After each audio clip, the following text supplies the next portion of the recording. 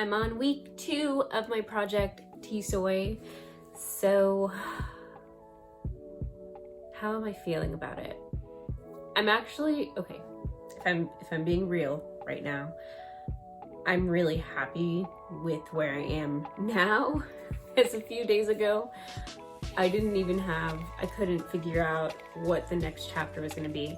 I know some people don't like to outline their chapters, but I do.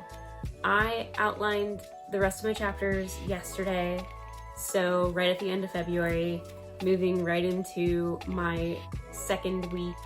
Technically, I think it's my third week, because the first 2 weeks that I decided I was going to jump back into this project, I was at Act 1 for those 2 weeks, and then now I've got about 3 weeks of Act 3. So I'm going to be working on that for the next 3 weeks. I am feeling much better now that I've outlined again all of my chapters. I thought I was only going to have 24 chapters. I have 27 chapters now, which I'm fine with, as long as they have meaning. I think the part that I was really struggling with was what chapters have meaning. I also figured out a bunch of different ways that I can really make sure every time I add those scenes in that they mean something, that they're something that brings value to my character, or there's something that actually pushes the story forward, because that's something I have a tough time with, making sure my scenes actually, besides hitting the plot points, that they are meaningful, I guess. Pretty solid with my first act.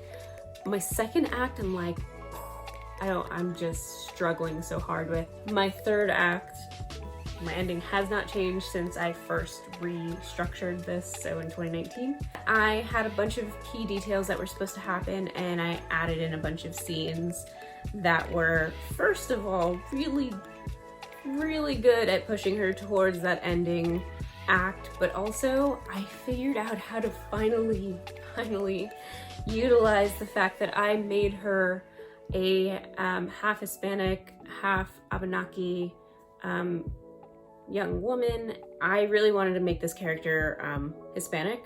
I also set it in Maine, so because I set this character in Maine, I actually really wanted someone who's from the region, who makes sense living there, maybe historically, culturally, and things like that. So I actually ended up making my character part Abenaki.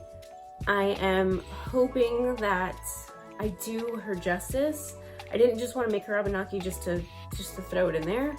I just wanted to show two parents coming together that are influencing their daughter by a different heritage, just because I love heritage and culture, and I think that it's beautiful. And I really remember growing up, and in Florida, my family took me to Indian powwows, is what they called them back then. I don't know if that's correct now, but basically we used to go to these Indian festivals, and it would be for a specific regional tribe. So for Florida, it would be basically someone in the Seminole tribe. And then up in New York, my uncle, my dad's brother, used to take me also to those festivals up there in New York. And for some reason, we were just surrounded by that culture, so I wanted to go in that direction. So in Maine, the tribe from Maine is Abenakis, and I thought that would be amazing. So I did some researching, and I was really excited, especially because my family has a bit of, speculated, a bit of Taino in us, Indian, indigenous from Puerto Rican islands. So I'm really proud, because now that I've got it all laid out in my Scrivener, I have enough information about my second act that feels right to me to hopefully knock out these next 2 weeks or 3 weeks doing Act 3.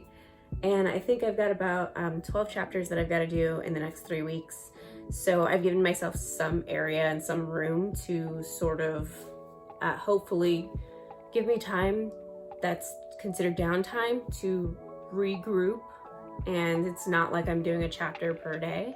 So if I don't get one chapter done on the day that I say I'm gonna get it done, I've still got my outline to fall back on. I can make changes if I need to. It's not set in stone.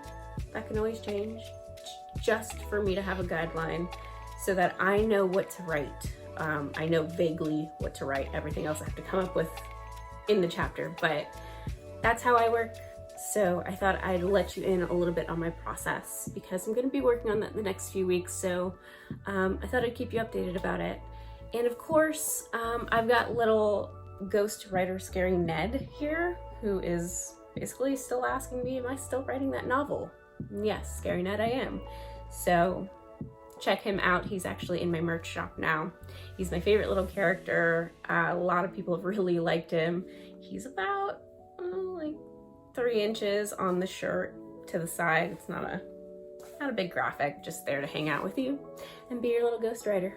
So I will see you all on the next one, and happy writing.